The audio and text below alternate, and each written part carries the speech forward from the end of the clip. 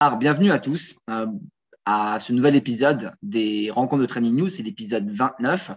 Alors pour ceux qui ne connaissent pas encore le principe, on met en avant chaque semaine soit un professionnel, soit une entreprise des secteurs corporate finance ou conseil en stratégie pour partager de l'expérience auprès de vous, étudiants ou candidats qui recherchez des stages ou des CDI dans ces secteurs.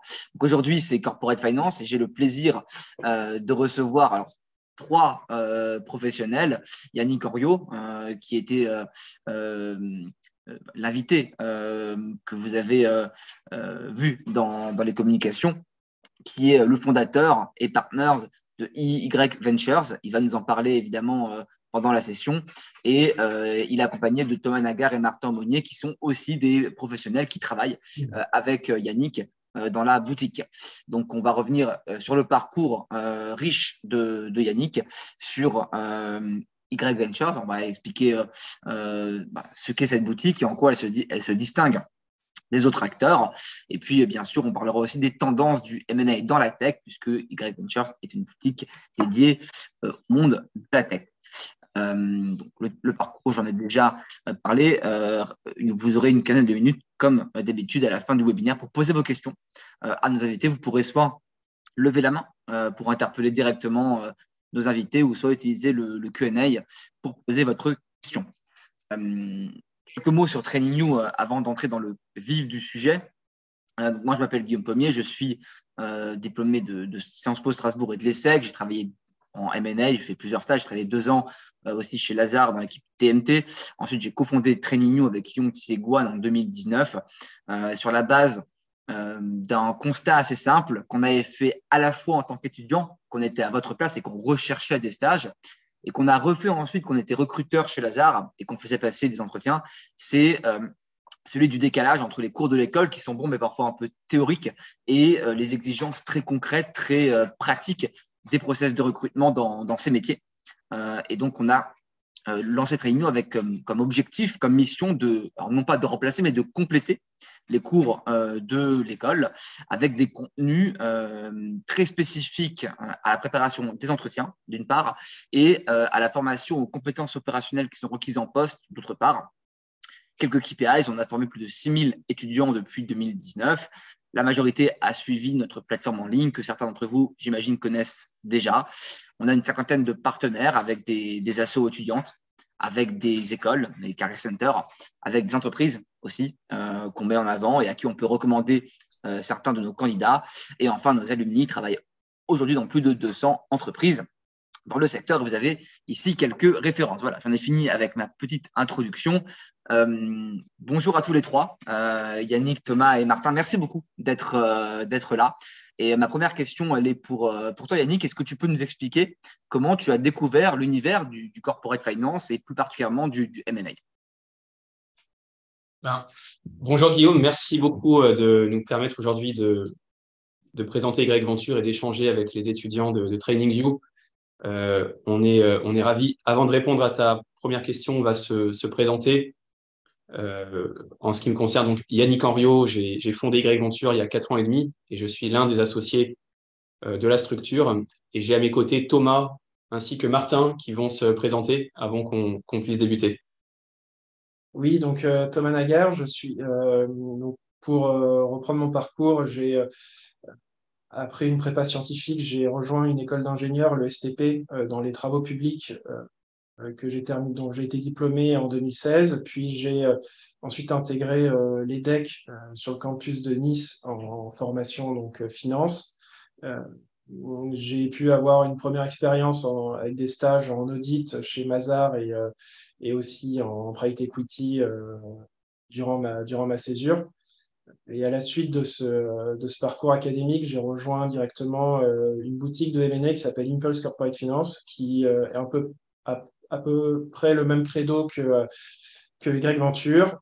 J'y suis resté 3 ans pour monter jusqu'au grade d'associate. Et là, j'ai rejoint donc Y Venture il y a presque 3 mois maintenant en tant qu'associate. Voilà, donc pour rejoindre l'équipe et l'aventure Y Venture. Et bonjour à tous, moi je m'appelle Martin Aumonier et donc à la suite d'un stage de césure chez Y Venture, je poursuis l'aventure en parallèle de ma troisième année à l'ESSEC. Voilà.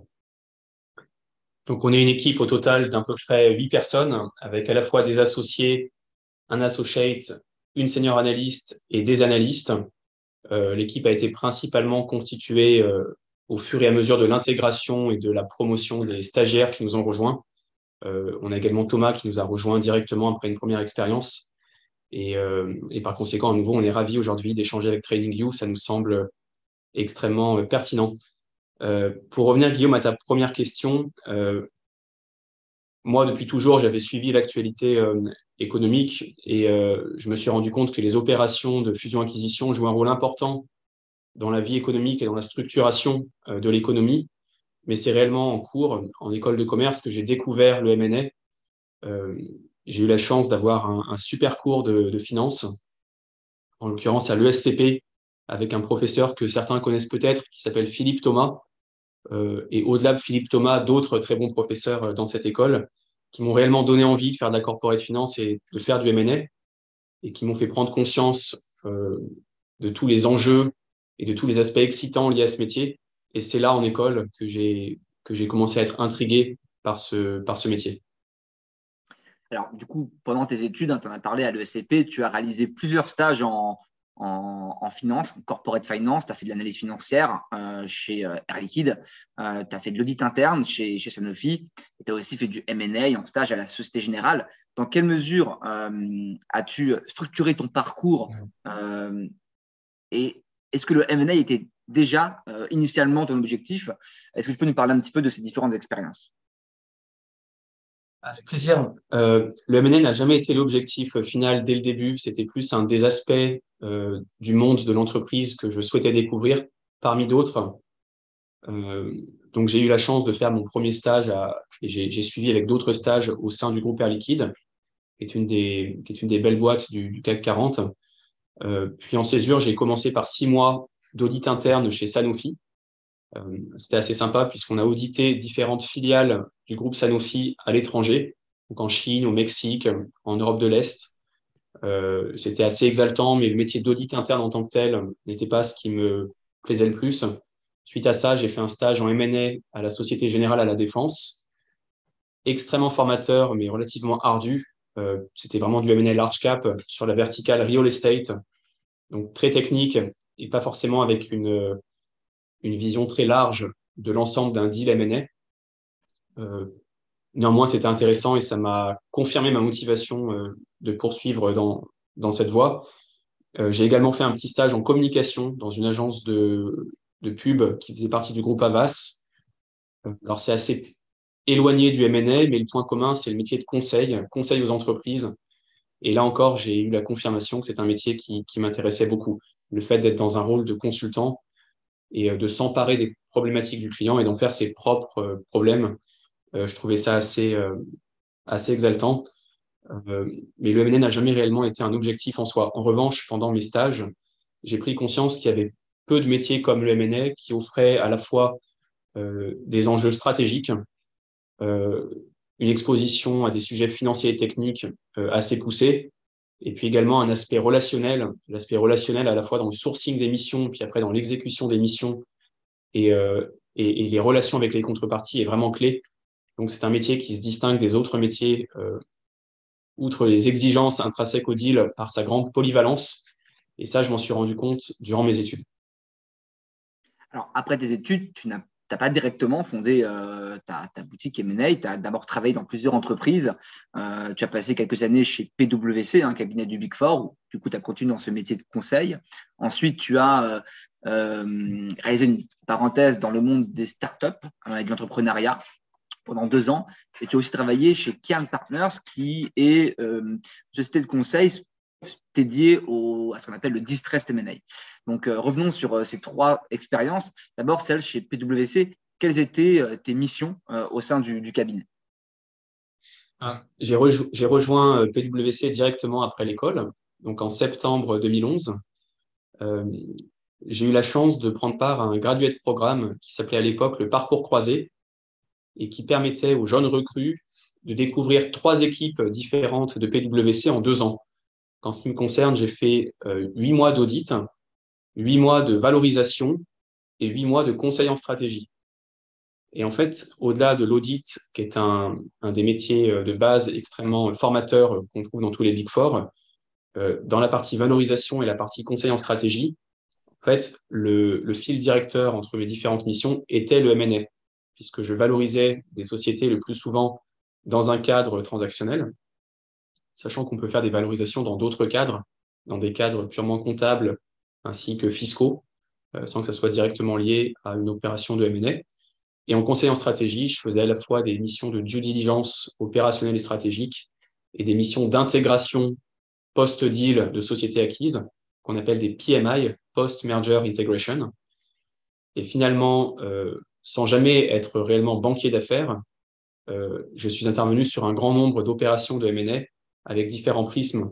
Et ça, c'était très formateur. Au-delà des tâches que j'ai pu faire en tant que telles, ce qui est extrêmement appréciable dans les Big Four, c'est le côté très structuré de l'organisation. Quand vous rejoignez un Big Four en tant que junior, vous rejoignez une mécanique très bien huilée. Vous êtes des promos de plusieurs centaines de juniors. Donc, c'est à la fois très sympa et très formateur. Et vous suivez un parcours d'intégration et de montée en compétences qui est réel. Donc, c'est ce que j'ai pu expérimenter pendant 3 ans. Et j'ai été vraiment ravi de ces 3 années chez Price. Suite à ça, j'avais envie de changer d'air, j'avais envie de voir autre chose, peut-être une vision plus pratique et réelle du monde de l'entreprise. Et donc, j'ai quitté Price. Et pendant 2 ans, j'ai travaillé en start-up, à la fois à Paris et à Berlin, dans des éditeurs de logiciels et dans des marketplaces. Et là, c'était extrêmement sympathique puisque le mode de vie était beaucoup plus cool, entre guillemets, que chez Price, même s'il y avait peut-être l'excitation en moins. Et ça m'a aussi permis de voir quel est le quotidien des clients qu'Y Venture accompagne aujourd'hui en permanence. Qu'est-ce que c'est que fonder une startup? Qu'est-ce que c'est que la développer? Et quelles sont les problématiques très pratico-pratiques auxquelles on fait face et avec lesquelles on doit composer quand on est opérationnel dans une startup. Donc, j'ai fait ça 2 ans. C'était très complémentaire avec mes 3 années chez Price. Et suite à ça, j'ai quitté Berlin, je suis revenu à Paris. Je me suis dit, je voudrais refaire de la corporate finance. Et c'est là que j'ai intégré Cairn Partners. À l'époque, j'étais le premier salarié de Cairn Partners. C'est une société qui existe encore, qui est basée à Paris. C'est une très belle boutique qui est spécialisée en restructuring. Donc, le métier de Cairn Partners, et ce que j'ai fait pendant 2 ans, est assez atypique au sein de l'ensemble des métiers de la corporate finance. C'est ce qu'on appelle le restructuring financier. Ça consiste à aider des sociétés à gérer leur tension de trésorerie. Quand une société réalise des pertes, par exemple, et que sa trésorerie se creuse et qu'on s'approche de l'impasse, il y a des solutions à la fois financières et juridiques qui existent. Et il y a des acteurs spécialisés qui vont aider ces sociétés à ressortir la tête de l'eau. On a fait ça pendant 2 ans. Et l'autre aspect important du métier de restructuring financier, c'est d'aider des repreneurs à reprendre des sociétés en difficulté. C'est des deals très spécifiques au sein des deals de M&A, puisque les règles économiques, sociales et financières sont différentes. La plupart du temps, ça se passe au tribunal. On reprend des sociétés à la barre du tribunal de commerce. Et donc, j'ai fait ça pendant 2 ans.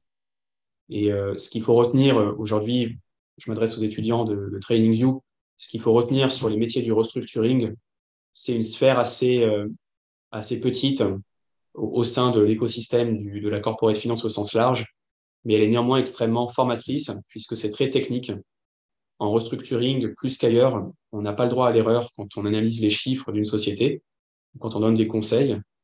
On est dans une temporalité qui est particulièrement courte, puisque dans quelques mois, potentiellement, la société fait faillite. Donc, les exigences de fiabilité, de résultats, et par là même la pression qui en découle, sont assez fortes.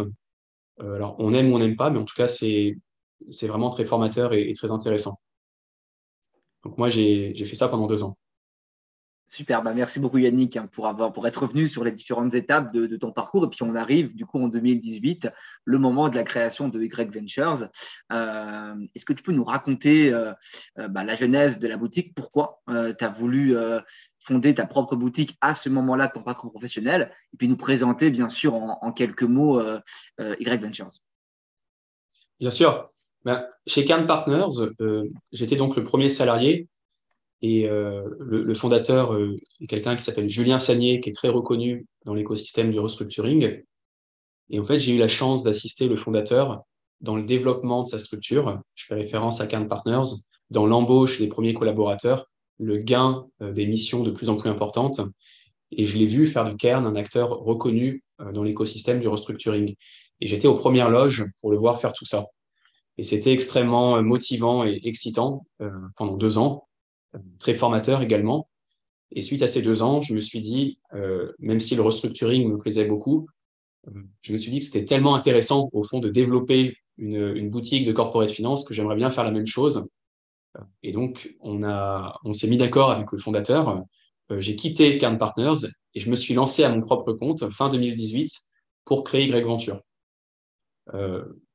Ma motivation, c'était vraiment que j'avais trouvé ça tellement intéressant d'être aux côtés d'un fondateur et de le voir développer sa propre banque d'affaires que je voulais faire pareil. Je pensais également qu'il y avait une place à prendre sur le marché du tech M&A, on va y revenir. Et donc, c'était un challenge entrepreneurial exaltant. Et en même temps, ça restait très technique, les métiers de la corporate finance. Donc, c'était un peu le meilleur de 2 mondes. Donc, Y Venture, pendant 2 ans, pendant 1 an et demi, 2 ans, au début, j'étais tout seul à développer la clientèle, à réaliser les premières missions. Mais l'objectif n'a jamais réellement été de rester seul.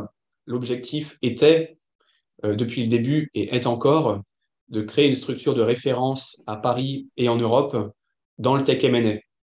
Donc, pour arriver à atteindre cet objectif, qui est encore évidemment qui est un travail permanent, après avoir été tout seul pendant à peu près 1 an et demi, 2 ans, j'ai recruté une première stagiaire, puis un deuxième stagiaire, puis un CDI, puis des associés. Et on a peu à peu structuré l'organisation de la société, quelque part au rythme de l'argent qu'on rentrait et au rythme de la constitution du pipe de mission, qui était à la fois de plus en plus important en volume, mais également en valeur, donc en taille de mission. Et donc, il fallait des équipes pour permettre de supporter cette croissance. Et tout ça s'est fait en parallèle. Puisque dans le métier du M&A, pour développer une banque d'affaires, il y a vraiment 2 choses qui sont clés. C'est les 2 grands axes de travail. Vous devez avoir un pipe de mission de qualité.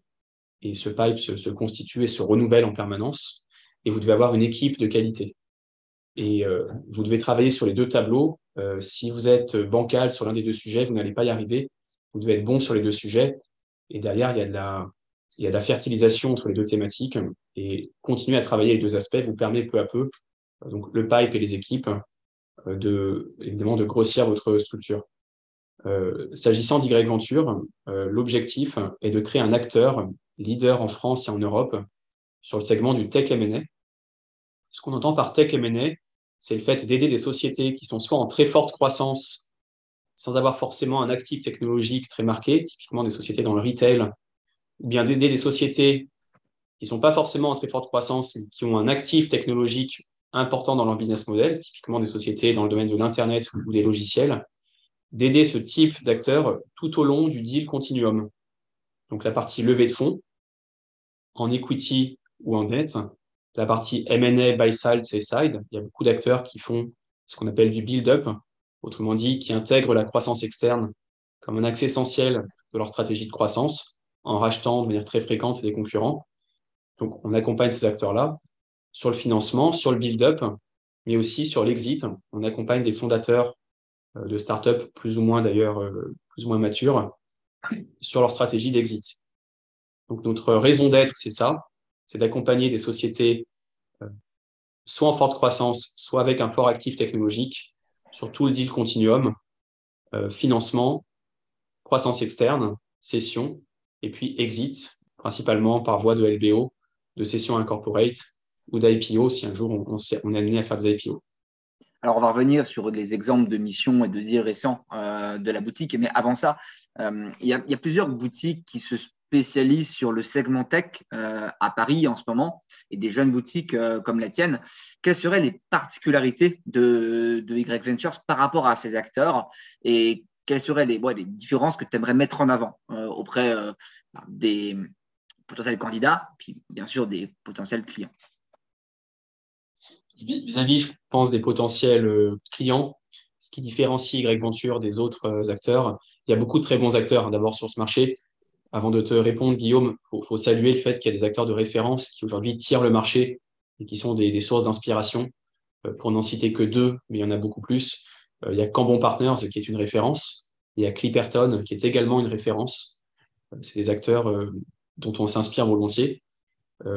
Maintenant, une fois qu'on a dit ça, il y a une place à prendre. Vraiment, aujourd'hui, nous, on est longue sur le segment du tech M&A. On pense que c'est un segment, d'abord, c'est un segment qui est en forte croissance. C'est un segment qui va continuer à être en très forte croissance dans les années à venir, parce que l'innovation entraîne l'innovation. Donc, il y aura toujours de la tech, il y aura toujours, et de manière exponentielle, des deals de tech M&A. Et donc, au sein de ce segment, quelque part, la profession est encore en train de se structurer. Nous, on se différencie a priori de trois manières. D'abord, on vient du milieu du large cap. Donc, on n'est pas monté sur des deals tech en venant de deals plus petits à la base. On est plutôt, entre guillemets, descendu vers des deals de tech M&A en venant à la base du milieu du large cap chez Price ou bien du restructuring chez Kern, qui sont des métiers extrêmement techniques et exigeants. Et on a appliqué à ce qu'on fait aujourd'hui chez Y Venture des bonnes pratiques, des niveaux d'exigence, des méthodes qu'on avait apprises dans des acteurs plus gros. Ça, c'est un premier élément qui nous différencie par rapport à d'autres acteurs du tech M&A qui ont peut-être une culture un peu plus entrepreneuriale et proche des startups. Nous, on a un ADN financier, large cap, qu'on met aujourd'hui au service de nos clients. La deuxième chose qui nous distingue, je pense qu'on est une équipe de taille réduite. Les associés sont extrêmement hands-on sur les missions. C'est quelque chose que les clients valorisent, puisque quand vous êtes un entrepreneur ou une entrepreneuse et que vous faites appel à une banque d'affaires pour vendre, par exemple, la société, la start-up que vous avez créée il y a 10 ans, à l'échelle de votre parcours professionnel, c'est une opération qui est extrêmement structurante, potentiellement qui implique des montants importants et qui, par là même, est très émotionnelle. Et donc, le contrat que vous nouez avec la banque d'affaires, c'est surtout un contrat moral. Vous voulez que l'équipe en face vous dise, bah oui, on sait faire, oui, on va t'accompagner, et oui, on va t'aider à faire le meilleur deal possible. Et nous, étant une équipe très réduite, avec un fort intuitu personnel, on est capable de prendre cet engagement vis-à-vis de nos clients, les yeux dans les yeux, et d'ailleurs, on est impliqué personnellement sur toute la durée du mandat aux côtés des équipes. Alors que dans une structure de taille plus grosse, le client a peut-être un rapport moins proche avec les gens qui vont réellement exécuter sa mission. Nous, on est capable d'avoir un lien très personnel avec nos clients. C'est d'ailleurs pour ça qu'on accompagne nos clients sur le long terme. Pour la plupart d'entre eux, on les accompagne depuis maintenant plus d'1 an et demi. On a vraiment une optique de long terme et ça nous différencie. Ce qui nous distingue aussi des autres structures de tech M&A, pour conclure, c'est le troisième axe, c'est qu'on est plutôt généraliste à la base en termes de secteur et en termes de type de mission qu'on sait faire. On n'est pas des purs players de l'Internet ou du SaaS, on n'est pas des purs players de la levée de fonds ou des séries A. On a plutôt un ensemble de compétences à la fois techniques et sectorielles qu'on peut mobiliser pour nos clients et on est capable de faire des liens entre les différents types de missions pour apporter un conseil 360 lorsqu'un client a une situation de corporate finance. Donc pour y revenir, on a un gros client dans le domaine du logiciel qu'on accompagne sur différents aspects en réalité de la corporate finance et ça, c'est assez distinctif. Alors venons-en précisément aux clients. Est-ce que tu peux nous donner quelques exemples de deals récents conseillés par la boutique? On peut citer 3 deals. On a un client qui est emblématique, alors on ne pourra pas en parler trop en détail, mais qui s'appelle Chaps Vision, qui est une très belle ETI dans le domaine du logiciel. La vision de Chaps Vision est de créer un acteur leader en Europe dans le domaine de la data pour aider les grandes organisations privées et publiques à utiliser leur data plus efficacement et à créer de la valeur ajoutée à partir de cette data. C'est une thématique qui est absolument stratégique aujourd'hui pour les organisations publiques et privées et qui va le rester dans les décennies à venir. Chaps Vision considère qu'aujourd'hui, ces enjeux sont surtout adressés par des acteurs américains, ce qui pose un problème de souveraineté pour les acteurs européens et donc a l'ambition, quelque part, d'offrir une alternative au moins aussi crédible que les concurrents américains pour les clients européens. Donc, c'est un projet d'une grande ambition et nous, on accompagne depuis maintenant 2 ans le groupe sur ces problématiques de financement. on a fait des très belles opérations avec Chaps et c'est un client euh, avec qui on a beaucoup de plaisir à travailler et qui nous a également permis de rencontrer des problématiques de corporate finance assez variées. On a accompagné aussi une société basée à Lausanne en Suisse, fondée par un ingénieur français qui s'appelle Neural Concept. C'est une très belle start-up dans le domaine de la deep tech. Et on a aidé Neural Concept en 2022 sur une série A de près de 10 millions d'euros auprès d'Alven, qui est un fonds de venture capital français reconnu, ainsi qu'auprès de fonds plutôt d'origine germanique. On a aidé donc Neural Concept sur l'ensemble du process de cette série A, construire le discours, trouver des investisseurs, gérer le closing. Et là encore, c'était un dossier extrêmement formateur. Plus récemment, on a accompagné une société dans le domaine du logiciel dans la food tech qui fait des logiciels pour les restaurateurs. On l'a aidé à lever des fonds. On va annoncer le deal dans quelques jours. Et enfin, on accompagne depuis maintenant près de 2 ans une société basée en Norvège qui est une marque de retail qui vend des vêtements, qui vend des accessoires de sport, qui vend des sacs à des gens qui sont fans de montagne. C'est une société qui fait aujourd'hui une quarantaine de millions d'euros, qui a une très forte croissance. Et on l'accompagne sur toutes ces problématiques de corporate finance et de financement depuis maintenant 2 ans. Alors, Yannick, la société, elle est encore jeune. Ça fait 4 ans environ que tu as lancé, 4-5 ans que tu as lancé Y Ventures. Quels sont les principaux axes de développement et la stratégie de croissance à moyen et long terme? Alors, on n'a pas réellement une stratégie de croissance, on a plutôt une vision. Et d'ailleurs, pour atteindre cette vision, on essaye de bien travailler. Notre vision, à nouveau, c'est de devenir un acteur de référence, d'abord en France et ensuite en Europe, via la création d'autres bureaux dans le domaine du tech M&A. On a été créé il y a 4 ans, on est encore un petit acteur, même si on a déjà une certaine reconnaissance sur le marché. On a beaucoup de leads entrants, donc on a beaucoup d'entrepreneurs et d'entrepreneuses qui viennent nous voir pour travailler avec nous, ce qui n'était pas le cas il y a 4 ans. C'est quelque chose qui s'est fait peu à peu et qui se fait de manière de plus en plus fréquente. Pour atteindre donc cet objectif de devenir un acteur de référence dans le domaine du tech M&A en France et en Europe, notre méthode, c'est de très bien travailler. En fait, la principale source de la croissance d'Y Venture, à l'instar de nos confrères, c'est le bouche à oreille. C'est les clients satisfaits qui sont tellement satisfaits qu'ils recommandent Y Venture à leurs amis entrepreneurs ou entrepreneuses et qui nous refont travailler sur leurs autres missions. Donc, pour arriver à activer à plein ce levier qu'est le bouche à oreille et qui est le repeat business pour les clients existants, en fait, il n'y a pas de secret, il faut travailler d'arrache-pied, faire preuve de beaucoup d'engagement et d'un vrai sens de la relation client au quotidien. C'est pour ça d'ailleurs que le M&A est un métier dans lequel on travaille beaucoup parce que pour quelque part servir notre client en exécutant son deal dans les meilleures conditions, on doit mettre beaucoup d'intensité et donc c'est ce qu'on s'attache à faire tous les jours et ça se passe bien puisque derrière les clients nous refont travailler. Donc notre approche c'est ça, c'est bien travailler sur les missions de manière à ce que le bouche à oreille qui fonctionne déjà très bien continue à être notre première source de gain de mission. Et de cette façon, de manière assez naturelle, et c'est ce qu'on observe, on va pouvoir aller sur des missions de taille de plus en plus importante, sur des problématiques de plus en plus complexes et intéressantes, ce qui nous permettra de recruter des équipes et donc d'assurer la croissance de la société. Alors, le recrutement, on y vient justement. Quels sont les profils recherchés par Y Ventures en termes d'école, de stages précédents, d'autres expériences et est-ce qu'il y a des postes ouverts en ce moment? Et si oui, comment y postuler? Alors, on va y venir avec grand plaisir, Guillaume, et on est ravis aujourd'hui de s'adresser aux étudiants de TradingView. Je vais laisser la parole à Thomas sur cette question. Oui, donc pour les profils recherchés, donc, nous, enfin, à Y Venture, ce qu'on aime bien, c'est regarder les profils des top 5, top 6 des écoles de commerce, en incluant aussi Paris Dauphine et Sciences Po. On regarde aussi éventuellement des écoles d'ingénieurs. ou alors avec un bagage ingénieur, mais avec voilà, un complément d'études aussi en finance.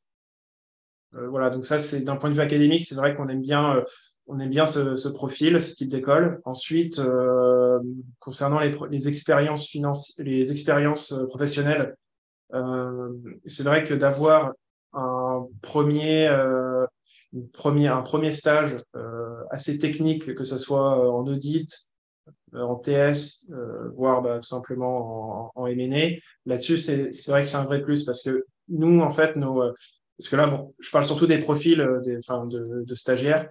Nous, en fait, nos stagiaires sont vraiment impliqués dans le process de production et d'exécution d'un dossier de M&A.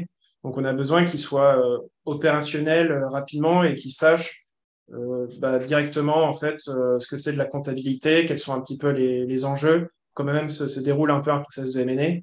Voilà, on n'est pas dans une grande boutique où le boulot du stagiaire va se résumer à aligner des bandeaux. Donc il y a vraiment une réflexion, on attend vraiment une réflexion de sa part et une certaine connaissance du secteur. Donc c'est pour ça que cette première expérience en finance est vraiment, c'est vraiment le point que l'on va, je pense, regarder. Euh, Après, aussi, ce que l'on aime bien, c'est l'aspect entrepreneurial. Donc là, évidemment, on ne s'adresse pas forcément qu'à des profils qui postulent en tant que stagiaires, parce qu'évidemment, il n'y a pas assez, sont des profils encore assez jeunes. Mais au-delà de ça, c'est vrai qu'on aime bien cette thématique aussi entrepreneuriale. Donc ça peut être d'avoir voilà, participé à créer un projet ou autre. Nous, voilà, ça recoupe avec l'ADN d'Y Venture. Donc là, je pense que c'est vraiment les points que l'on regarde, surtout en ce moment. Après, sur ton autre question, sur est-ce qu'on a des postes ouverts? Alors, nous, en fait, on aime bien, on travaille toujours en fait avec des stagiaires. Pour le moment, donc, on a déjà une stagiaire qui nous a rejoint il y a quelques semaines. Ensuite, donc l'objectif, c'est que qu'on puisse ouvrir nos portes à un nouveau stagiaire à partir pour la rentrée, donc je pense en septembre, avec un process de recrutement qui ouvrirait donc vers fin mai, début juin. Mais après, voilà, nous, on est toujours aussi à l'écoute du marché parce que là, je parlais donc du profil de stagiaire. On est en phase de croissance forte. Si on est toujours à l'écoute voilà, d'un profil même qui peut être intermédiaire pour rejoindre nos équipes à long terme. Voilà, donc bon, je pense que la question va se poser de plus en plus si la croissance se poursuit. Mais voilà, mais sinon en termes de process de stage, je pense que voilà, j'ai répondu à la question. Et Ensuite, oui, je vois oui, en autre question que c'était concernant le process de recrutement. voilà. Donc voilà, donc là pour parler d'un process de recrutement donc pour un stagiaire, donc nous, pour faire écho à ce que j'ai dit précédemment, donc on va évidemment avoir un premier crible sur le CV. Donc si le candidat remplit justement les conditions que j'ai pu évoquer là, il y a un instant, donc sur le profil académique et professionnel. Ensuite, nous, ce que l'on aime bien faire, c'est pour un stage, on n'a pas besoin de faire 45 000 entretiens, on va en faire que deux. Un premier que souvent, c'est moi qui vais m'en charger, donc ça va durer une trentaine de minutes dans lequel on va voilà, on va avoir un mélange de fit et de questions techniques. Donc, en premier, plutôt une présentation à la fois du candidat et en même temps de moi-même, ce qui permet, je pense, voilà, de mettre en confiance le candidat. Et ensuite, on passe sur des questions techniques, mais voilà, c'est pas de la haute voltige. On est vraiment sur des questions basiques de comptabilité, surtout quelques questions un petit peu techniques aussi qui sont propres au M&A, donc des histoires relatives à des valorisations, par exemple, voilà, si le candidat est à l'aise et s'il sait de quoi on parle. L'objectif ici, c'est pas voilà, comme tu disais très bien en début de session, c'est qu'effectivement, il y a un gap entre ce qu'on apprend à l'école et ce qui se passe concrètement en fait dans la vie de tous les jours. Donc, utiliser un DCF on se rend compte vite que c'est très théorique et que son implication pratique est, est un peu peut être remise en cause beaucoup de fois. Donc là-dessus, nous, ce qu'on cherche à vérifier, c'est pas d'avoir quelqu'un qui soit expert en DCF, mais vraiment déjà vérifier si déjà est-ce que ce qu'on lui a appris à l'école, déjà, est-ce qu'il a fait le minimum? Est-ce que déjà il le sait? Est-ce qu'on est sur un profil sérieux qui a travaillé son entretien? Voilà, on est plus sur cette, voilà, on est plus, on recherche pas le fond, mais plus la forme entre guillemets. Et ensuite, ensuite, il y a à la fin de l'entretien, s'il reste un peu de temps, on a un petit, un moment pour échanger, voilà, pour répondre aux questions du candidat. Et, euh, et pour finir, donc si ce premier entretien se déroule bien, ensuite c'est Yannick en fait qui va prendre la main sur le dernier stade, où là aussi ça va être un entretien peut-être un peu plus long, mais qui va reprendre un peu la même forme, c'est-à-dire à nouveau se représenter, voir si le candidat est à l'aise à l'oral, et de la même manière aussi reprendre des questions techniques, pas forcément très non plus très poussées, mais voilà, pour voir un petit peu comment il réagit, poser quelques petites questions peut-être sur le marché ou l'actualité, voir un petit peu voilà sa façon aussi de réagir, parce que voilà le but aussi c'est de voir si le candidat c'est pas forcément est-ce qu'il a tout préparé, justement s'il est dans une situation il a voilà un peu il n'est pas forcément prévu le coup avec une question, bah, parle-moi d'un sujet d'actualité, qu'est-ce que tu en penses? Voilà, voir un petit peu comment il réagit, parce que c'est aussi notre métier. On est souvent confronté voilà, à des questions qu'on n'avait pas préparées. Donc, voilà, donc toujours avoir une réflexion et voir savoir si le candidat peut s'adapter à cette situation imprévue. Euh, Merci beaucoup, hein, voilà, Thomas, donc pour je ces pense. éléments. La prochaine question, Ouais. elle est peut-être plutôt pour Martin, c'est quels seraient les conseils pour décrocher une offre chez eVentures, à la fois quand tu candidates ou en entretien pour réussir la partie fit et la partie technique? Les conseils qu'on pourrait donner, au-delà des conseils assez théoriques qui sont valables pour toutes les banques, les grandes banques et les boutiques, c'est d'avoir un profil assez complet, parce que je pense qu'on y reviendra un petit peu après, mais il faut avoir un profil assez complet dans la mesure où on est très exposé et qu'on participe vraiment au process du deal, à l'ensemble du process. Et dans la mesure où on a une vision assez large du process, il faut être capable à la fois d'être à l'aise en call client, et puis également d'avoir un bagage, que ce soit en termes d'Excel, PowerPoint, qui est solide, parce que c'est vraiment ce qu'on utilise au quotidien. Voilà. Donc dans un, dans un process de recrutement, évidemment, on va pas tester ses compétences en PowerPoint, mais c'est également des choses qu'on peut faire valoir pour la suite du process. Alors, tu en as parlé, hein, les stagiaires sont souvent très exposés dans les boutiques en forte croissance. C'est le cas de Y Ventures. Est-ce qu'il y a une journée type pour les juniors? Et si oui, comment elle se déroule et quelles sont les grandes missions du junior? Alors, comme je suis junior, c'est moi qui vais répondre. En fait, il y a pas vraiment de journée type. Les journées et les soirées, j'ai envie de dire, ne se ressemblent pas. Et heureusement, c'est un peu ce qui rend le métier palpitant, même à l'échelle d'un junior. Euh, Chez Greg Venture, on jouit vraiment d'une grande autonomie et d'une forte liberté dans l'organisation déjà de la journée, et puis en plus de ça, de la semaine, dans la mesure où on tient les deadlines, qui sont souvent assez serrés, comme vous pouvez l'imaginer. Mais voilà, dans la journée, disons que pour faire vraiment les gros traits de la journée, en fait, on arrive à 9 heures au bureau environ. Et la journée est pas mal rythmée par des points réguliers avec l'équipe, puisque comme on a des sujets assez en autonomie, c'est important de s'aligner avec Yannick ou Thomas ou les autres analystes sur l'avancement de la mission qui est en cours. Voilà, et des tâches qui sont allouées aux analystes.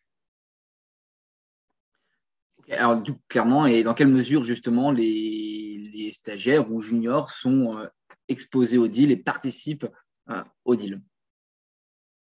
Eh bien, je pense que c'est vraiment ce qui est très intéressant chez Greg Venture, c'est la forte exposition. Comme le disait Yannick tout à l'heure, au-delà d'une implication professionnelle et de toute la courbe la courbe d'apprentissage qui est très élevée, c'est vraiment une implication personnelle. Parce qu'il y a l'aspect également entrepreneurial qui rentre en compte. Le fait de participer à la croissance d'une boutique et de se sentir utile sur toute la longueur du process, c'est vraiment gratifiant à l'échelle d'un junior. On est en front sur beaucoup de sujets, que ce soit des sujets de production, de livrables, donc de pitch, de teaser, de DM. On est également en front sur des modèles Excel, ce qui n'est pas forcément le cas de tous les juniors en M&A. Donc, c'est-à-dire la réalisation d'un BP, parfois même en autonomie, des modèles financiers, voilà, la réalisation de tableaux de funds flow, de cap table. On a vraiment des sujets divers et variés et également des sujets qu'on peut retrouver plus pour des postes juniors de banque classique, c'est-à-dire la gestion de la data room, le contact d'acquéreurs potentiels. Voilà. Mais la plus-value vraiment du Greg Venture pour un junior, c'est vraiment cette exposition très forte et la vision très large qu'on offre aux juniors. Alors, il y a une thématique qui intéresse beaucoup les étudiants et jeunes diplômés, c'est celle du work-life balance, c'est l'équilibre entre la vie professionnelle et la vie personnelle. Est-ce que tu peux nous parler, Martin, les autres aussi, bien sûr, hein, Martin est plus junior, donc c'est potentiellement un sujet qui intéresse plus les juniors, du rythme de travail chez Greg Venture? En fait, le rythme de travail, je pense que moi, à mon échelle, je l'ai fixé à la hauteur de mes exigences et du niveau d'implication, encore une fois, personnel qu'on a envie de donner au projet auquel on participe, parce que c'est vraiment un projet. Les exigences déjà de livrables et de forme et de fond sont très hautes, comme l'a dit Yannick, parce qu'on on veut imiter les plus grands sans leur ressembler. Donc, il y a des très fortes exigences en termes de rendu. Donc, évidemment, à forte exigence, forte implication. Le rythme de travail est variable d'une semaine à l'autre, évidemment, en fonction de l'avancée du process. Mais à l'échelle d'un stagiaire, il est assez intense parce que justement, comme on est une structure à taille humaine et une équipe relativement restreinte, il y a beaucoup de sujets en cours et beaucoup de tâches à réaliser. Et donc on fait des horaires en conséquence, encore une fois variables, parce que comme je l'ai dit, on est assez autonome et du moment que les deadlines sont respectés. Voilà. Alors, ma dernière question avant de passer un petit peu aux tendances du secteur du M&A Tech, quelles sont les opportunités de conversion des stagiaires? L'équipe est en forte croissance, donc j'imagine que c'est évidemment une opportunité importante. Voilà. Est-ce que vous pouvez nous en parler? Oui, donc là-dessus, en termes d'opportunités de conversion après un stage, donc idéalement, c'est après un stage de fin d'études, de convertir, d'offrir un CDI si le profil et l'expérience retenue a été, a été a été une bonne expérience dans les deux sens. Après aussi, ce que l'on fait, c'est que, comme Martin, c'est-à-dire en parallèle de la troisième année d'études, on peut, voilà, c'est-à-dire si le stage il y a eu aussi a été concluant, il y a possibilité de travailler comme ça en alternance avec nos anciens stagiaires. Ça marche. Merci beaucoup pour ces éléments. Alors, j'en arrive à la dernière partie qui sera assez courte du webinaire sur l'environnement du secteur M&A qui fait actuellement face, on le sait, à plusieurs difficultés. Il y a évidemment l'environnement macroéconomique qui est incertain avec l'inflation, il y a les tensions géopolitiques, il y a des conditions de financement qui sont aussi plus difficiles. Alors, ça touche plus le large cap que le segment small mid. Et puis, il y a aussi la crise de confiance dans les actifs bancaires dont on parle beaucoup en ce moment. Est-ce que l'activité de Greg Venture est impactée par cet environnement difficile et si oui, comment y faire face? Je vais prendre cette question, Guillaume. Avant ça, revenir sur ce qui a été dit par Thomas et Martin au cours des différentes questions qui ont été abordées. Aujourd'hui, on a deux grands messages pour les étudiants qui nous écoutent de TrainingView. Le premier message qui est très clair et qui est différenciant par rapport à nos confrères, c'est l'exposition qu'on est en mesure d'offrir aux stagiaires et aux analystes juniors.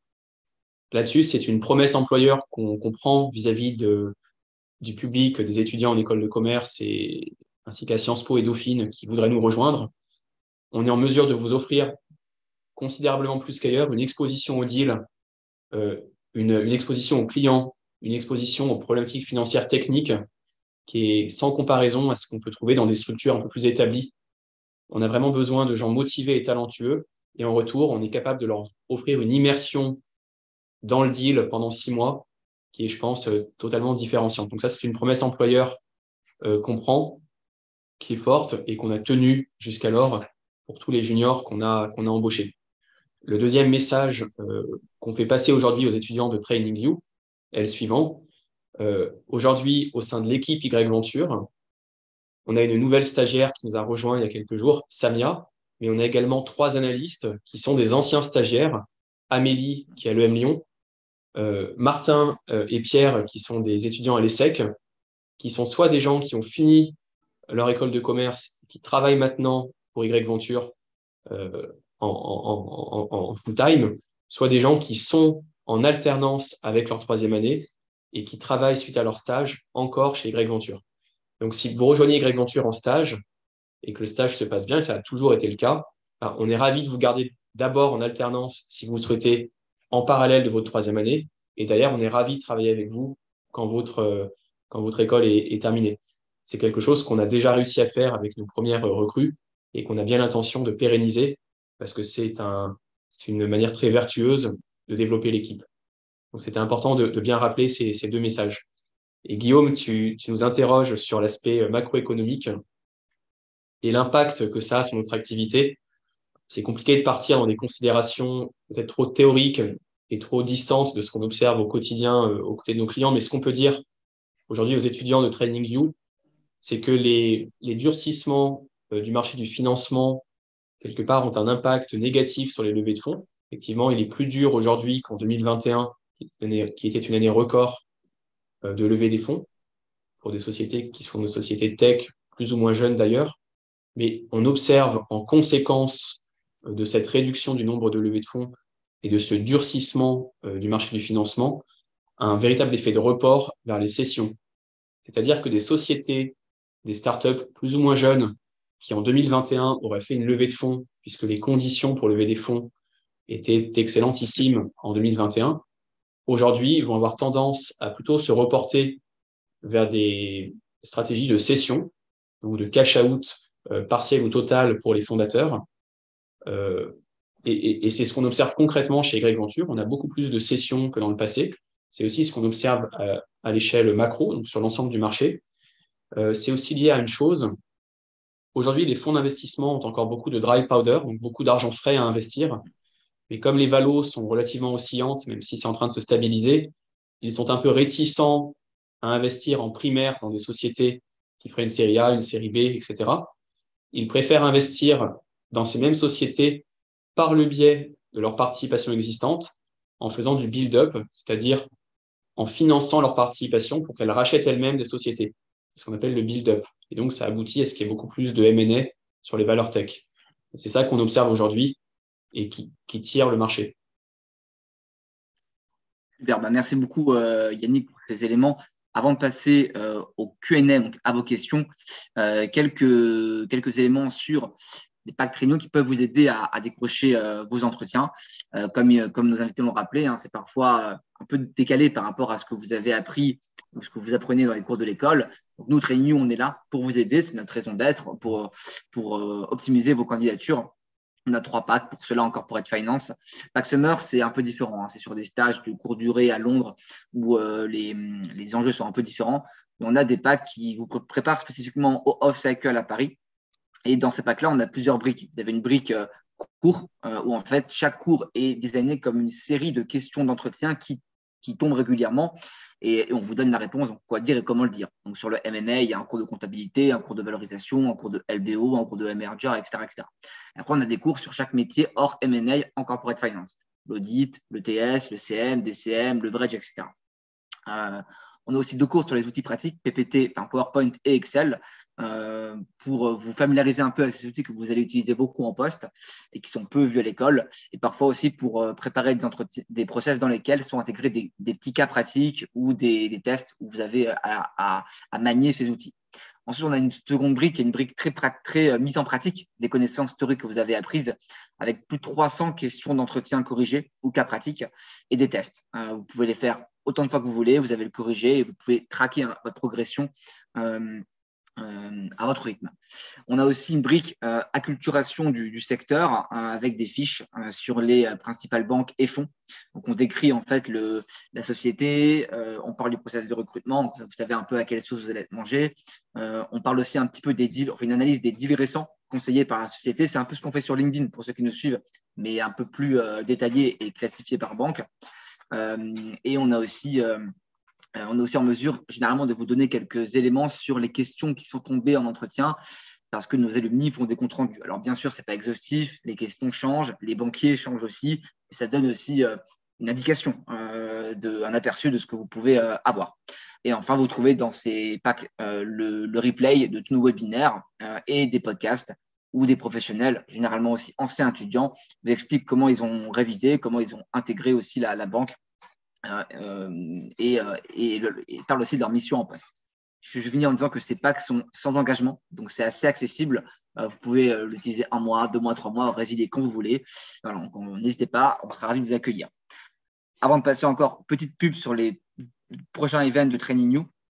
Ceux qui sont intéressés aussi par le conseil en stratégie, demain, une ancienne consultante du BCG corrigera un cas en live. Alors, c'est un cas de M&A pour le coup, mais vraiment focus conseil en stratégie. Donc, ce sera demain à 12h15. On a déjà communiqué sur les réseaux sociaux et par mail, donc n'hésitez pas. Et puis, bon, le hasard du calendrier fait potentiellement bien ou les choses un peu bizarrement, mais on aura, et tu en as parlé Yannick, on aura le fondateur de Clipperton la semaine prochaine, Stéphane Balorge, qui répondra à nos questions. Donc, on restera un peu dans le même sujet puisque c'est effectivement un acteur qui est aussi dédié à la tech. Ça, ce sera le mardi 4 avril à 12h15. Voilà, donc on n'a pas encore communiqué, donc mais vous suivez-nous sur les réseaux et vous aurez toutes les informations pour suivre aussi cette session. Voilà, je passe maintenant aux potentielles questions que vous avez. J'ai déjà des questions en Q&R. Avant de les prendre, si certains veulent lever la main pour interpeller directement Yannick, Thomas et Martin, n'hésitez pas, c'est plus sympa de le dire à l'oral. Sinon, je prends les questions du Q&R. Bon, ok, alors je vais prendre les questions du Q&R. On a Eren qui a levé la main. Allez, vas-y Eren, tu peux poser ta question. Allô, vous m'entendez? Ouais, on t'entend. Bonjour Guillaume, bonjour Yannick, merci pour cette présentation tout d'abord. J'avais une question qui me concerne. Moi, je fais partie d'une école qui est non target, malheureusement. Et comme vous l'avez cité, et ce qui est généralement cité, les profils recherchés donc, sont des étudiants en top 5. Est-ce que vous avez quand même une politique ou, je sais pas, une chance que vous pouvez laisser à des personnes qui font partie des écoles non target? Oui, bien sûr. En fait, le principe, d'abord, merci Eren pour ta question. En effet, c'est vrai qu'on a communiqué peut-être un petit peu vite sur le fait qu'on targetait 7 écoles qui sont le top 5 des écoles de commerce, plus Sciences Po, plus Dauphine. On fait ça parce qu'on reçoit aujourd'hui un grand nombre de candidatures et de manière tout à fait honnête vis-à-vis des étudiants de Training You, viser quelque part 7 écoles. Donc, les 7 écoles que j'ai listées, c'est une espèce de proxy qui nous permet de recruter des profils qui nous conviennent avec un bon niveau de confiance. Cela étant posé, et c'est là la raison pour laquelle on cible un certain nombre d'écoles, cela étant posé, il est tout à fait possible, au contraire, de rejoindre Y Venture ainsi que nos confrères en n'ayant pas fait une école, entre guillemets, target. Et pour ça, Eren, les leviers qui sont à ta disposition, c'est de faire ce que tu fais aujourd'hui, c'est de te documenter beaucoup sur le milieu de la corporate finance, de faire du networking, de rencontrer des gens, de poser des questions en amont de tes stages pour comprendre ce que recherchent les différents acteurs, entre guillemets, te faire remarquer par les acteurs qui t'intéressent, et puis faire également des stages qui sont très tôt orientés vers les stages que tu cibleras plutôt en fin de parcours académique. Donc, avant de faire du M&A, par exemple, et c'est le cas chez Y Venture, c'est intéressant de faire du contrôle de gestion. En école de commerce, on a souvent une vision du contrôle de gestion qui est pas forcément très sexy.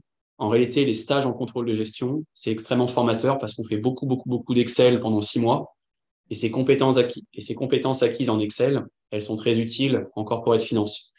peux aussi faire de l'audit, typiquement dans un cabinet de type Big Four, ou bien après du transaction services. Et c'est autant d'expériences qui vont te permettre d'avoir derrière un stage, entre guillemets, que tu vises en M&A. Donc, en ce qui te concerne spécifiquement, je propose qu'on n'en parle pas en détail maintenant, mais après ce call, on pourra tout à fait échanger sur ton parcours et tes attentes spécifiques. Merci beaucoup, Yannick. C'est génial. Merci beaucoup. Merci beaucoup Yannick pour ta réponse. On a d'autres mains levées. On a Souhail qui avait levé la main. Donc, Souhail, tu peux poser ta question. Oui, bonjour. Vous m'entendez? Oui, on t'entend. Oui, bonjour. Merci tous les trois pour cette présentation et bien sûr merci à Guillaume pour tous ses efforts. Donc j'ai posé une question un peu qui me concerne. Donc pour faire très très vite, donc j'ai fait par rapport à mon parcours, donc j'ai commencé par le BBA EDEC, ensuite schéma en double diplôme avec un master en corporate financial management. Concernant un peu mes expériences en stage, donc j'en avais fait une en tant qu'analyste crédit au sein du groupe BPCE, une à Mazars en audit financier. Et du coup, là, c'est mon dernier stage à Deloitte en M&A transactions services FIG. Et justement, ma question, c'était, comme en fait, je viens de liquider toutes mes conventions de stage du coup chez Schema et que je veux effectivement rajouter un dernier stage en M&A chez vous, par exemple, ma question est, est-ce que vous prenez, par exemple, les autres conventions de stage payées parce que je ne peux plus en avoir à Schema? Et je m'étais déjà formé chez Training New il y a quelques temps, qui m'a beaucoup servi. Merci. Merci beaucoup, Swal, pour ta question. Donc, tu nous poses la question suivante. Tu as déjà un parcours assez riche en termes de stages, avec notamment un dernier stage chez Deloitte. Et aujourd'hui, tu as quelque part épuisé ton quota de convention de stage et tu nous demandes si on peut néanmoins t'embaucher, si je comprends bien, via d'autres schémas sur le plan administratif. C'est une question intéressante. Aujourd'hui, notre priorité, c'est d'embaucher des gens dans des stages conventionnés, donc typiquement des stagiaires qui sont en première ou deuxième partie de césure, ou bien en fin d'études. Donc, on va plutôt se tourner vers des gens qui ont une convention de stage dans le cadre d'un master en bonne et due forme. Cela étant dit, on peut tout à fait envisager d'autres voies de recrutement. Comme on a pu vous l'indiquer, c'est un message qui est assez fort. On continue à travailler avec nos anciens stagiaires quand ils le souhaitent, en parallèle de leur dernière année d'école. Et on fait ça via un contrat qui n'est pas forcément une convention de stage. Ça peut être un contrat d'apprentissage ou un contrat de prestation de service. Donc, soit pour te répondre, si tu n'as plus la possibilité de faire de convention de stage, tu peux toujours travailler pour Y Venture ou pour une autre structure via un contrat de prestation de service. Ça suppose que tu es une entreprise par le biais de laquelle tu puisses facturer. Là encore, on pourra en reparler peut-être plus spécifiquement suite au call, parce que je ne me rends pas compte dans quelle mesure c'est un point qui concerne la majeure partie de l'audience. Parfait, merci. Merci pour ta réponse, Yannick. On a eu une autre main levée, c'est celle de Clément. Clément, tu peux poser ta question. Bonjour Guillaume, bonjour Yannick, est-ce que vous m'entendez? Oui. Bonjour. Donc moi j'ai une double question. Alors voilà, moi j'ai un profil plutôt orienté startup et je vais commencer très prochainement un stage en venture capital. Donc ma première question c'est quelle importance est-ce que vous donnez à ce type de profil au sein de Y Ventures? Et ma deuxième question, ça serait aujourd'hui j'imagine que les missions M&A et levée de fonds sont mélangées, c'est-à-dire qu'on peut participer aux deux types de missions. Est-ce qu'à terme, il y aura deux équipes qui seront créées pour les stagiaires? Voilà, merci. Merci Clément pour ta question. Donc, pour répondre à ta première question, quelle importance on donne aux profils plutôt issus du monde des startups et donc un peu moins du monde financier chez Y Venture? Alors, de manière assez transparente, quand on embauche à des postes de juniors, donc stagiaires ou analystes, on va surtout être attentif à des compétences d'exécution. Donc, de la fiabilité, de la capacité à monter rapidement en rythme et en compétences sur des sujets de production de data pack dans Excel, de production de slides dans PowerPoint. Donc, le mot-clé, c'est vraiment exécution et la compétence vraiment fondamentale, c'est fiabilité. C'est notre attente principale vis-à-vis des juniors. Et en retour, on les expose, comme on vous l'a dit, très grandement au deal. S'agissant des profils qui viennent de start-up, honnêtement, c'est un tout. Donc, ça dépend de ce que tu as fait au-delà de dans la globalité de ton parcours. On y est réceptif parce que nos clients sont des startups. On ne travaille pas avec des petites startups qui viennent de se créer. On travaille avec des startups qui ont déjà un certain parcours. Et on travaille même avec quelques ETI qui ont une taille substantielle. Donc, les gens qui ont travaillé en startup, pour nous, c'est très intéressant parce qu'ils connaissent la réalité que vivent nos clients. Et ça a beaucoup de valeur. C'est peut-être moins stratégique pour nous aujourd'hui que des gens qui ont un passage en Transaction Services ou un passage en M&A, parce que c'est plutôt ça qu'on recherche comme qualité chez les juniors. Mais si ton parcours a une cohérence globale, tu parlais d'avoir fait un stage en VC, donc en Venture Capital, c'est quelque chose qui est très intéressant pour nous. On serait ravis de le considérer. Pour être conclusif sur ce point, ton expérience en startup couplée à une expérience en VC rend ton parcours très pertinent pour Y Venture a priori. Ta deuxième question, c'est y a-t-il chez Y Venture aujourd'hui et à moyen terme des équipes distinctes entre la partie startup et levée de fonds et la partie M&A et donc peut-être société un peu plus mature? La réponse, c'est non. Aujourd'hui, chacun participe à différents types de projets chez Y Venture, à la fois des projets de levée de fonds, typiquement des séries A pour des sociétés relativement jeunes encore, et des projets de M&A ou bien de levée de fonds en ce qu'on appelle capital développement, c'est-à-dire des levées de fonds pour des sociétés rentables. Et le fait d'avoir d'ailleurs d'être exposé à ces deux thématiques fait que la montée en compétences pour nos équipes est assez forte. Donc on va continuer pendant un certain temps à ne pas faire des équipes distinctes et au contraire à traiter sans distinction tous les sujets du point de vue du staffing des équipes. D'accord, merci. Super, merci beaucoup. Alors, j'ai quelques questions dans le Q&A, mais parfois, on a déjà abordé ces thématiques. Et pour ne pas prendre trop de temps à nos invités, je vais essayer de sélectionner. On a une question sur l'expansion internationale potentielle de Y-Venture. Et notamment, est-ce que vous envisagez ce développement et potentiellement une implantation en Afrique? Ouais. Merci, c'est une très bonne question. Donc pour rappeler la vision d'Y Venture, aujourd'hui, on a un acteur qui est basé à Paris. On a déjà une certaine forme de réputation qui commence à se matérialiser à Paris et en France sur le segment du tech M&A, même si on est encore un acteur en croissance. Notre vision, c'est de devenir un acteur de référence d'abord en France et ensuite en Europe sur le marché du tech M&A. Donc, dans ce cadre, quelle est la place de l'expansion internationale? En fait, a priori, on va aller à l'international de deux manières. D'abord avec nos clients et dans un second temps, on ira, mais ça c'est plutôt du moyen terme, donc c'est pas avant 2 ans, on aura une présence physique dans des pays via des bureaux. Aujourd'hui, on a déjà des clients qui sont internationaux. Pour citer quelques pays, on travaille avec un client en Norvège, à Oslo, de manière extrêmement fréquente. On l'accompagne depuis près de 2 ans. On travaille fréquemment avec des sociétés en Suisse. On a fait beaucoup de deals avec le UK et l'Amérique du Nord, puisqu'on a accompagné un grand groupe dans le domaine des biotech à acquérir des cibles à la fois en Europe, mais en Amérique du Nord. Donc, on a déjà une exposition qui est très forte à l'international. Elle est très forte et elle est permise par notre deal flow. On a également une présence en Afrique, puisqu'on accompagne depuis maintenant près de 2 ans en Afrique un acteur qui est un des leaders en Afrique dans le domaine du coworking, ou qui essaye de reproduire ce que fait WeWork ou Spaces dans le monde entier en Afrique. C'est un marché qui est assez particulier et il le fait avec beaucoup de succès. Donc, c'est comme ça qu'on va se développer, d'abord par le biais de nos clients et dans un second temps par le biais d'un bureau. A priori, ce bureau sera plutôt en Europe. Pour revenir sur la place de l'Afrique, comme je l'ai indiqué, on a un client en Afrique dans le domaine du coworking qu'on accompagne depuis maintenant près de 2 ans avec beaucoup de succès. L'Afrique aujourd'hui a un poids plutôt minoritaire dans le chiffre d'affaires d'Y Venture. Ce n'est pas notre priorité de développement. Pour autant, c'est un marché qui est en forte croissance, qui se structure. Il y a beaucoup de belles startups qui émergent. Et au-delà même des startups, il y a beaucoup de fonds d'investissement qui émergent. Par exemple, il y a quelques années, Partech, qui est un fonds français très reconnu, a créé une activité spécifique pour investir en Afrique. C'est un exemple parmi d'autres.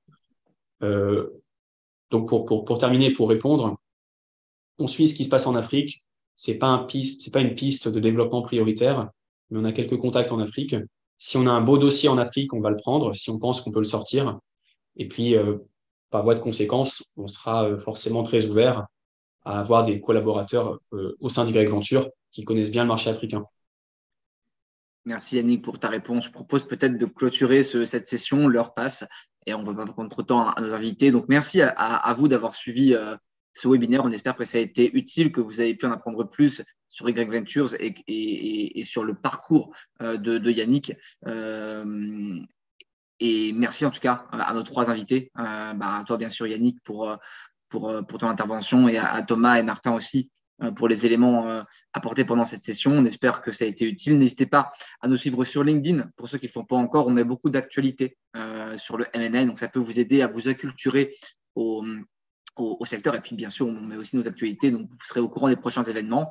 Et pour ceux qui souhaiteraient débuter ou booster leur préparation avec nous, pourquoi pas pour passer des entretiens chez Y Ventures prochainement. N'hésitez pas à rejoindre l'un de nos packs, on sera ravis de vous accompagner. Voilà, merci à tous et je vous souhaite merci à tous. Merci. Merci Guillaume, merci à tous. Merci Guillaume.